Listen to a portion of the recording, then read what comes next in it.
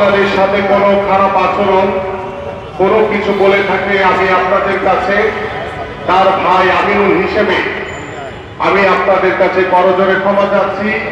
আপনারা সবাই আমার ভাই কিবরিয়াকে ক্ষমা করে নেবেন এবং কিবরিয়ার কাছে যদি কারো কোনো লেনদেন থাকে, কোনো কিছু থাকে, আমি তার পরিবারের পক্ষ থেকে আপনারা আমাকে জানাবেন, আমি সেই লেনদেন পরিশোধ করতে বাধ্য থাকিব।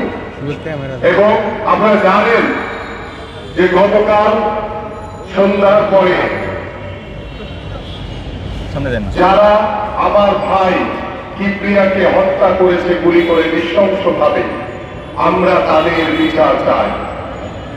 আমরা এই অন্তর্বর্তীকালীন সরকারের যারা পুলিশ প্রশাসন, আইন শৃঙ্খলা বাহিনীর দায়িত্বে রয়েছেন, আমি আমার ভাই কিবরিয়ার বিচার চাই এবং কারা এই হত্যাকাণ্ডের সাথে জড়িত ছিল, কারা এই হত্যাকাণ্ড ঘটিয়েছে, আমরা তাদেরকে দ্রুত সময়ের ভিতরে আইনের আওতায় এনে তাদের বিচার কার্য সম্পন্ন করার জন্য আহ্বান জানাচ্ছি।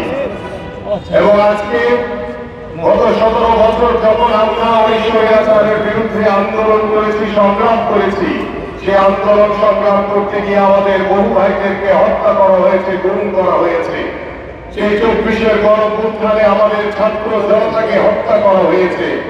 আজকে যখন 5 তারিখের পরে আমরা গণতন্ত্রের পথে রয়েছি, ঠিক তখনই একটি বিশৃঙ্খল মহল যারা ষড়যন্ত্র করে বাংলাদেশের গণতন্ত্রকে আবারও নস্যাৎ করতে চায়, তাদের সেই একটি কুচক্রী মহল এই ধরনের হত্যাকাণ্ড ঘটে আমাদের বাংলাদেশে একটি অস্থিতিশীল পরিস্থিতি তৈরি করার চেষ্টা করছে।